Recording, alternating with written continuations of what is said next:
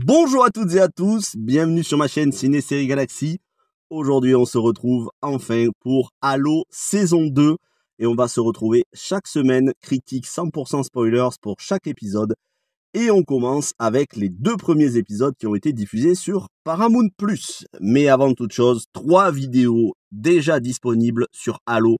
Une vidéo de présentation de l'univers à la fois des jeux vidéo, des livres et des autres films et séries sortis, parce que non, cette adaptation de Halo n'est pas la première.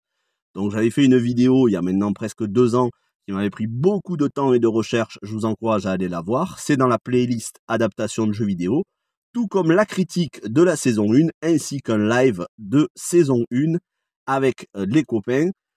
C'était très très bien, on avait bien détaillé les choses, on était revenu en détail sur toutes les forces et les quelques faiblesses de la saison 1. Donc je vous invite à regarder tout ça, c'est dans la playlist adaptation de jeux vidéo. Alors, saison 1 excellente qui prenait quelques libertés avec le jeu sans le trahir, mais en conservant l'ADN et en rendant même les personnages plus attachants. Tout y était. Les Spartans, le Dr. Halsey, Cortana, le Covenant, l'UNSC, Reach et les autres colonies, et même bien d'autres éléments des jeux que je ne relèverai pas ici parce que ça n'est pas une vidéo sur la saison 1. En tout cas, une excellente présentation de l'univers, tant pour les gamers, mais surtout pour les néophytes, car ne l'oublions jamais, une adaptation, de par sa nature même, de par sa définition, n'est pas un copier-coller, et ça vise aussi ceux qui ne connaissent pas les jeux, donc les non-gamers. Malheureusement, il y aura toujours des fanboys rageux ultra possessifs qui vont à chaque fois pointer toutes les différences entre une adaptation et le matériau source, non pas pour améliorer la qualité, mais simplement pour mépriser le travail qui a été fait. C'est quand on touche à leur jeu, c'est un peu comme si on touchait à leur jouet, et ils n'aiment pas partager. Et ça a été le cas malgré la qualité de la saison 1. Il y a eu un bashing de la part de certains joueurs de très mauvaise foi. Problème pour cette saison 2, c'est que les producteurs, ils leur ont donné de la crédibilité en les écoutant et en essayant d'effectuer de gros changements, en espérant les satisfaire. Monumentale erreur, on ne peut pas satisfaire un fanboy rageux. Un fanboy rageux restera toujours un fanboy rageux de mauvaise foi. Et déjà cette saison 2, malgré des améliorations, subit des critiques de leur part. Alors pour ma part, j'ai adoré la saison 1 et cette saison 2 ne manque pas de qualité. Mais malheureusement, il y a des changements et qui sont pas, selon moi, pour le mieux. Et ces changements, c'est le changement de scénaristes. On avait les showrunners Stephen Kane et Kyle Killen qui cèdent leur place à un nouveau showrunner, David Weiner. Il opère un changement de ton plus sombre, plus proche de l'intrigue des jeux, mais malheureusement là où la saison 1 était exotique, variée dans ses décors, blindée d'action dès le départ, c'est ici plutôt morose. On a presque que des environnements en huis clos sur la planète Reach, le QG des Spartans, et l'intrigue est assez molle sur ces 2 premiers épisodes.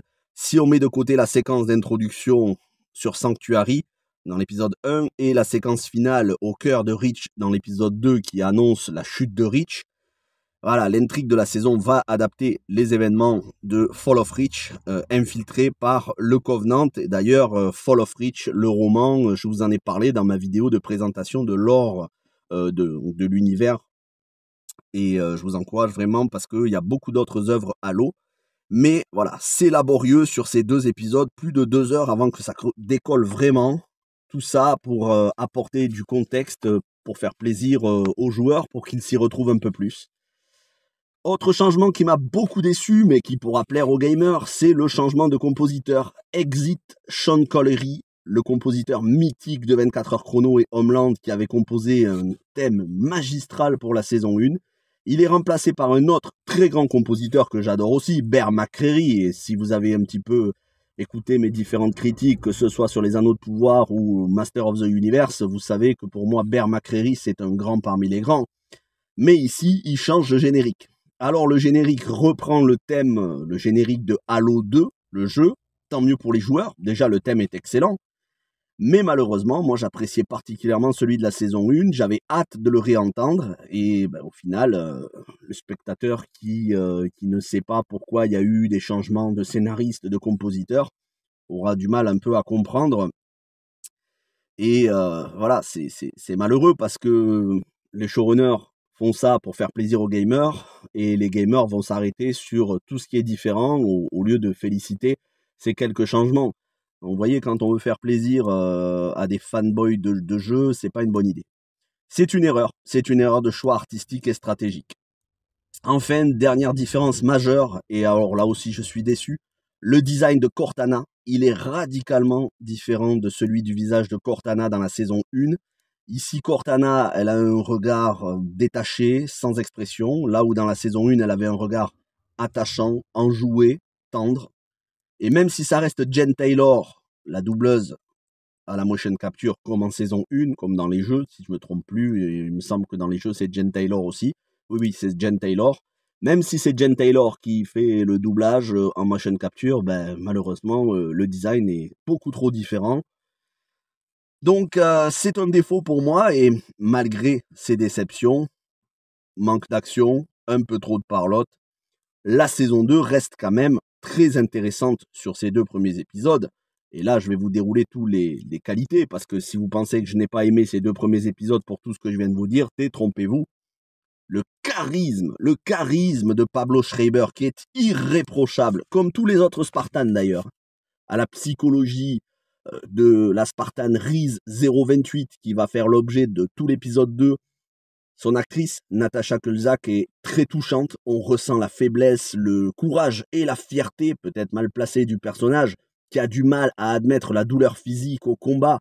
C'est une Spartane. Pour elle, elle doit pas avoir mal, elle doit endurer, quoi qu'il arrive. Et là, elle doit lâcher prise, elle doit se confier à un médecin, elle doit se confier à un ancien Spartan, un frère d'armes qui lui aussi a eu des problèmes de santé et a dû lâcher l'équipe. Excellent développement de personnage que Riz 028. Kate Kennedy qui joue Kai 125, bon ben elle est excellentissime, elle regorge de sensibilité, de charisme, une vraie force de la série, je l'avais adorée en saison 1. Voilà, rien à redire, Kate Kennedy pour moi, elle fait vraiment un excellent boulot. Joseph Morgan qui vient interpréter un personnage important des jeux canon, James Ackerson, lui aussi excellent dans son jeu d'acteur. Bon, il oscille entre la sympathie, la manipulation et le mensonge, le mystère autour de ses intentions. Voilà, un personnage énigmatique et très important. L'arc le plus faible, ça concerne Soren 066, joué par l'excellent Bookie Woodbine, trahi par son équipage et livré à l'UNSC, mais pas assez de développement pour juger si c'est un bon ou un mauvais choix scénaristique. On l'a pas vu assez. On a dû le voir peut-être 20 minutes au total et encore un quart d'heure. Donc, je peux pas dire si son intrigue est faible. C'est pas forcément très très bon signe parce qu'on le voyait beaucoup plus dans la saison 1 sur les premiers épisodes. Mais on va attendre. On va attendre avant de juger le développement de ce personnage, tout comme le développement de Kwan Ha, la personnage asiatique qu'on avait introduit dans la saison 1. Elle revient ici. Elle revient. Elle aurait mérité plus de développement. Ici, elle fait juste l'objet d'une course-poursuite, d'un jeu de chat et de la souris entre des gens qui essayent de la traquer pour une prime. Mais elle n'a pas vraiment de développement, elle n'a presque pas de dialogue. On va attendre le reste de la saison pour voir son personnage avant de juger la qualité. En revanche, on a Christina Rodlo qui joue le soldat Pérez. Elle est non seulement magnifique, je ne la connaissais pas, mais elle est d'une beauté naturelle assez éblouissante, mais elle a de la sensibilité, du charisme. Elle a été sauvée par John au début de l'épisode 1 sur Sanctuary, sauvée par John des Covenants, et elle va avoir un rôle très certainement au cœur de l'intrigue politique dans les arcanes de l'UNSC. Elle va avoir très certainement un rôle important pour faire éclater la vérité. Un ajout de qualité au casting, et quand on sait qu'elle est sur des posters de la série, des posters officiels, on devrait la voir tout au long de la saison. Je n'oublie pas l'excellente Natasha McKellon en Dr. Halsey qui revient, toujours aussi belle, forte, énigmatique, le charisme entre la sensibilité et la manipulation, à la fois personnage attachant et personnage vénéneux. Elle est retenue prisonnière par Ackerson dans le plus grand secret qui joue double jeu vis-à-vis des Spartans. Hâte de la voir revenir au premier plan parce que c'est un personnage essentiel, sûrement la plus importante après John 117, après le Master Chief. Et enfin, le retour inattendu pour moi de Maki, que j'avais beaucoup aimé en saison 1, censée être morte mais bel et bien vivante, et qui va être au cœur de la chute de Reach, puisque c'est à elle qu'obéissent le Covenant.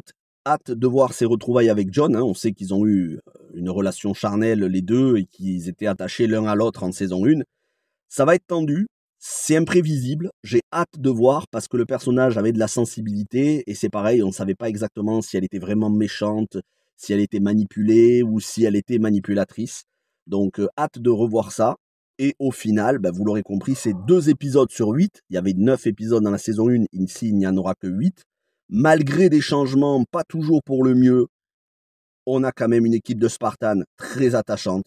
Un John 117 ultra charismatique, irréprochable. Pablo Schreiber, c'est le meilleur choix pour John 117.